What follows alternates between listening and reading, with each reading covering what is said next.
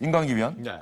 문재인 대통령의 지지율과 관련한 이야기 좀 해볼까 하는데 말이죠. 오늘 상당히 많은 언론이 이 부분을 좀 뉴스에 쓸 것 같아요. 그렇습니다. 문재인 대통령의 지지도가 50% 이하로 떨어졌다. 처음이다. 이거 아니죠? 이거 그렇습니다. 아닙니까? 네. 리얼미터가 매주 이렇게 국정 수행 평가라든가 당 지지도를 조사를 해서 오늘 발표를 했는데 48.8%. 지난주에 비해서 3.2%포인트가 떨어진 걸로 나왔고요. 부정적인 시각은 오히려 3.3%포인트가 올라서 45.8%다. 지난주에 비해서 3.2%포인트가 떨어졌다는 것이 중요한 것이 아니고 취임 이후에 50% 이하대로 떨어진 것은 처음이다. 그리고 특히 9주 연속 하락세를 보이고 있다.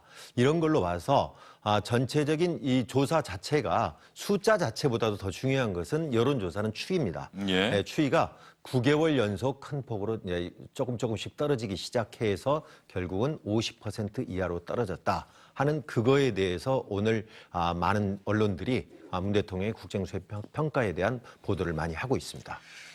리얼미터 것을 보면은 핵심 지지층이라고 할 수 있는 호남과 수도권, 40대 이하, 진보층, 사무직과 학생에서 하락폭이 상대적으로 컸다. 이런 분석이 나오고 있어요. 문재인 대통령의 지지도가 왜 50% 밑으로까지 떨어졌을까요? 한때는 80%까지 넘기고 그랬는데 말이죠. 최근에 급격하게 지지율이 빠지게 된 원인 중에 이재명 지사 건을 빼놓을 수 없을 것 같습니다. 과거에 박근혜 정부 같은 경우도 여권 내 지지층이 분화하게 되면은 강력한 지지층 입장에선 여기에 대한 이탈 조짐들, 그러니까 내가 믿고 지지하는 정당이 서로 싸우게 되는 모습들을 싫어하게 되는 경우들이 반드시 존재할 수밖에 없는 거고요. 최근 민주노총이 집회 과정에서 문재인 정부는 더 이상 촛불 정부가 아니다라고 얘기하고 있는 것처럼 핵심 지지층으로부터의 이탈 현상이 좀 가속화될 수도 있습니다. 경제적인 문제야 계속해서 문재인 정부의 지지율이 빠지는 요인일 수도 있었고요.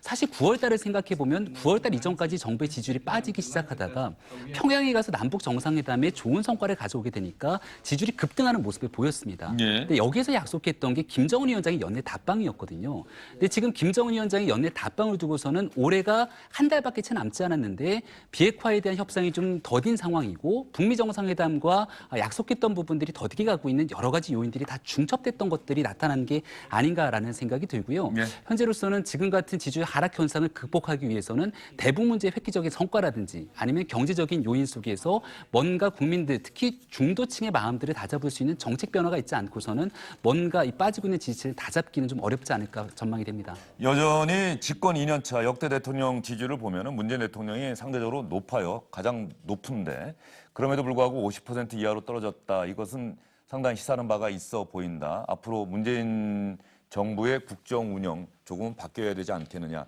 그런데 지금 이재명 지사 논란이 하나의 원인이 됐을 것이다 이렇게 분석을 해주셨는데 경제 지표 안 좋다는 얘기가 계속 나오고 말이죠. 경제 상황이 앞으로도 나아질 것 같지 않다. 이런 부분들이 혹시 이 지지도에 영향을 미치지 않았을까 이런 생각이 드는데 박 교수님 어떻게 분석하세요? 근데 기본으로 지금 문재인 정부의 지지율이 하락하고 있는 가장 근본은 경제 문제입니다. 그러니까 일자리 문제라든지 경기 침체가 나아질 기미는 보이지 않고 오히려 더 악화되는 게 근저에 깔려 있는데 그럼에도 불구하고 앞서 말씀하셨던 것처럼 역대 정권 중에 지금 문재인 정부 다른 역대 대통령들 지금 현재 지지율 보면 43%, 뭐 38% 정도가 평균이었거든요. 예. 근데 지금 문재인 대통령 50%면 높은 편입니다. 근데도 불구하고 우려하는 부분은 예를 들어 각 정부가 추진하는 정책들이 있어요. 근데 역대 정부들 보면 그 정책이 실패하면 실패한 대로 뭔가 하나하나 매듭져지는 맛이 있었는데 지금 문재인 정부에서 추진하고 있는 각종 정책들을 보면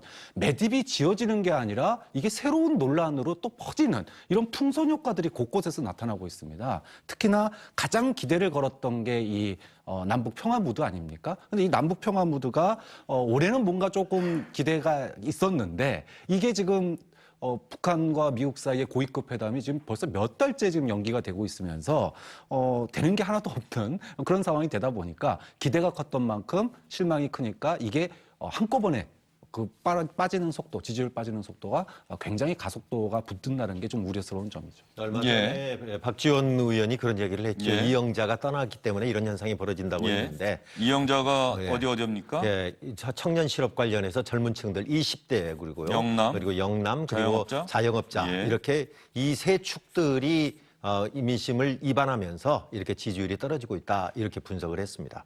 조국 민정수석이 어제 자신의 페이스북에 중앙일보 기사를 인용하면서 2년차 지지율은 문재인 대통령이 가장 높은데 야권에서는 왜 레임덕을 자꾸 주장하느냐. 이 기사를 인용을 하면서 이렇게 이야기를 했어요. 낮고 열린 자세로 경청 또 경청, 쇄신 또 쇄신. 그러나 원칙과 투지와 끈기를 상실하지 않으며. 조국 민정수석의 이 말이 지금의 청와대의 기류를 반영하지 않을까 싶은 생각이 드는데요. 이 지지율 조사와 관련해서 문재인 대통령의 지지율이 50% 이하로 처음으로 떨어졌다. 집권 이후에. 그런데 또 하나 주목할 만한 대목은 자유한국당 지지율입니다.